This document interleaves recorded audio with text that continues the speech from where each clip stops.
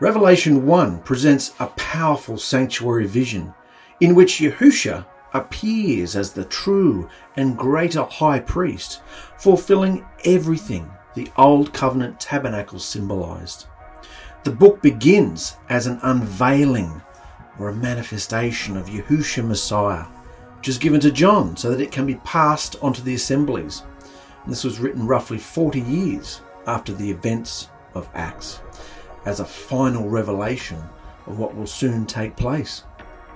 The message emphasizes that hearing the prophecy is not enough. It must be guarded. This word must be guarded and behaved and walked on actively. This revelation begins with imagery traditionally used for the Almighty El Shaddai, Yahuah, who is and who was and who is coming. Yet the chapter begins shifting.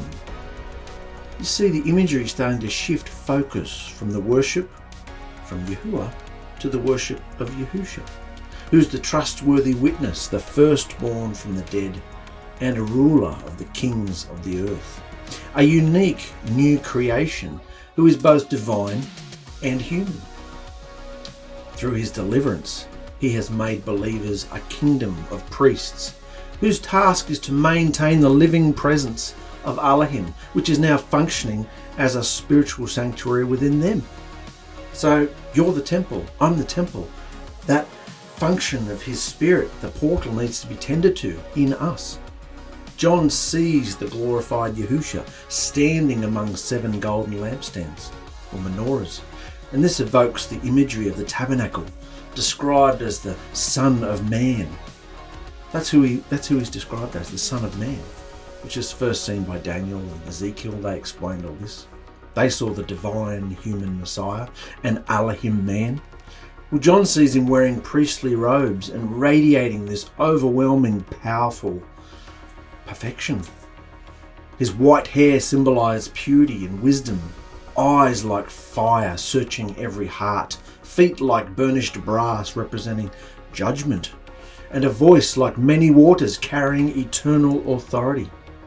In his hand he holds 7 stars, which are the messengers of the Assemblies, while a sharp 2-edged sword, which is the living word, which is him, proceeds from his mouth, in order to judge, divide, wound, and heal. His face shines like the sun in full strength, revealing the blazing esteem of the one who completed the journey from heavenly throne to flesh and suffering, then to resurrection and ascension as the Lamb on the throne. Overwhelmed by this revelation, John falls as though dead. Yet Yahusha touches him and declares himself the first and the last, the living one who died and now lives forever, holding the keys of death and destruction. John is then commanded to write what he has seen. Write it all down for the Assemblies, explaining that the 7 lampstands represent those Assemblies, and the 7 stars are their human messengers or their shepherds or leaders who must receive correction and guidance.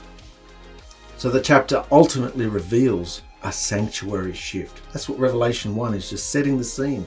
It's changing, it's shifting the sanctuary. Yahusha now fulfills and embodies everything the old sanctuary pointed towards, the old covenant, the old priesthood, everything. It's all in Yahusha. He's standing there among, ministering directly to his Assemblies. And he's the victorious, glorified Elohim, who completed the path of deliverance and now reigns in majestic splendor. But what they don't tell you is this. When John looked over his shoulder in Revelation 1 and saw who was there, who did he see?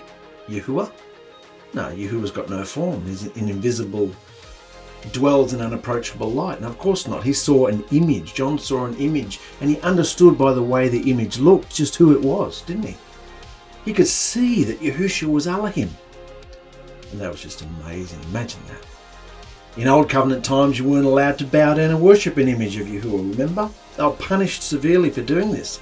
But we know that he came in the flesh as the Son of Man.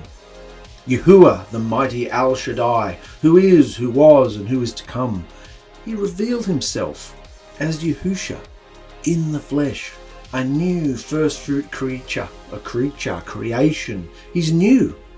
So then, of course, now we can worship him. We can have an image to worship. We can actually know who to worship in this confused world. We have the image because Yahusha gave us the image. He puts forth his true image here, right here in Revelation 1. All those visions are built upon this. You can put it all together and see, wow, who you are, Yahusha. Why wasn't Yahuah content having an image in the old times? Because he knew his plan, didn't he? He knew exactly what he needed to do. He knew that his first wife, Israel, was going to continue in her wicked, hoary ways, even to this day. And he knew that he had to get rid of her. So he knew he had to leave his throne and transform and become Yahusha in the flesh to redeem his bride. So, what do you think today of everyone who wants to put Yahusha back into that box and tell us that he went back to heaven and gave the glory back to Yahuah? Meaning we have to go back also and have nothing and no one to worship again. We'd have to go back to the shadows again, wouldn't we? That's their plan. Take us back to the shadows.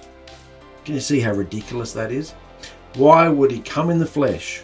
I mean, he kept saying, don't worship me. And of course, worship the Father. But obviously he spent his whole time, his whole life healing people, delivering people. He died on a torture stake. Why would he then go back to being Yahuah? He's in the most supreme form. He's an Alahim man. He's a spirit and flesh divine man. Why would he go back to being just dwelling in an unapproachable light? He is Alahim, the Son of Man. He's Yahusha, the Lamb on the throne. He finished his journey from the throne to the earth, died, resurrected, ascended, the Lamb freshly slain. He takes the scroll. He's on the throne. He's seen in the midst of the throne. Check out the imagery. Dissect the imagery. Open your heart. Listen to his spirit. The scriptures are abstractly discerned. Can you see that it's Yahusha that we pray to, that we communicate to? It's Yahusha who's within us. We don't pray to the Father Yahuah in the name of Yahusha. No, we're not into this duality of being, not into this Trinity. No, we're not into that. Alahim can only be one. And you can dissect the word one all you like, but Alahim is one, and it is Yahusha who we worship now. Yahusha is Alahim, the Lamb on the throne, and it's all right there, decoded in the imagery of Revelation 1. Isn't that mind-blowing? Open your eyes, brothers and sisters, and see who it is that's talking to you, who it is that's opened this portal on your heart for your deliverance so you can go into the throne room. Come boldly, he says. I am the first and the last, the beginning and the end, the Aleph and the Tor. It is Yahusha, our Messiah, our deliverer, our Alahim.